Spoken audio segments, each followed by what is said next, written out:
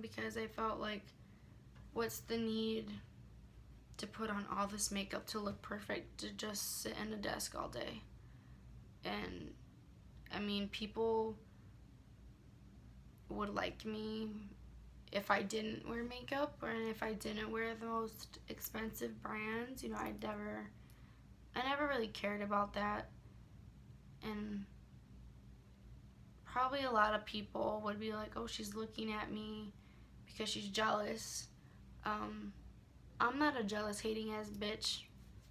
And, you know, in all honesty, like, coming from my heart, I'm really not. There have been a couple of girls I liked their outfits, and I compliment them because I just feel like, they deserve it. They deserve to know that they look good, and I give them props that they come to school looking bomb as fuck. Now, obviously, if I looked at you and I haven't given you a compliment, it's just, I feel like, because you look like everybody else. If I complimented one person on their look, why would I compliment every other girl that looked the same?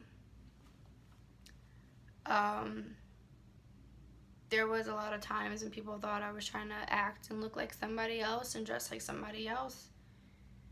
And I just want to say, you know, I really didn't try. It was the fashion trend of the time. I had nothing else to wear that day, and I tried it out. And I ended up liking it for myself. That person wasn't even in the back of my mind when I put on the outfit, because I feel like that person was irrelevant to me. They weren't my friends. They weren't somebody I talked to. They weren't somebody they were a nobody to me. And honestly, I just want to say that whole situation, I feel like, is dumb. You know how many girls are on Instagram, on Twitter, on Tumblr, all dressed the same? It's the fashion trend. Like, it was what was happening. It's not like I was trying to mimic that one special girl. So that was an issue that honestly didn't bother me, because I knew everybody else dressed the same. It was something that was talked about, and I knew it was talked about. People were coming to me and messaging me saying how they're still talking about it. And I really appreciate those people reaching out to me. And for the people who just kept shit talking, obviously you just needed something else to keep bringing up, to add more drama, to cause yourself attention. And I never understood why it was so cool to talk shit about somebody else. I mean, in the past, I'm not gonna lie, I have shit talk about somebody before, but that's because I was jealous. And my senior year, I felt like, what's the point of being jealous? Like, if you see, like, honestly, if you like somebody's outfit and you think that they look good and that you're hating on them, why not instead just give them a compliment instead of talking shit? That's just, like, what I never understood. And I just more of the story, I felt like Lake Park people were just so close-minded. They knew what was acceptable. They knew what wasn't acceptable. They stayed in their own friend groups. And I'm totally, like, jumping from topic to topic, but I'm literally just, like, going off of this at the top of my mind. But people didn't want to venture out into new groups. People didn't want to let people into certain groups. Which, you know, I never got invited to parties, and, you know, it never really bothered me. I always had this one guy friend that would always invite me to go to parties, and I would tell him no, because I feel like I don't want to get brought into those people's business. And I just felt like I didn't have a certain reason to go, to be their friends, to mingle, to act like I'm, you know, it wasn't me. I've been to one party, and it was the St. Patrick's party, and it was the most funnest party that I've ever been to throughout my whole Lake Park school years.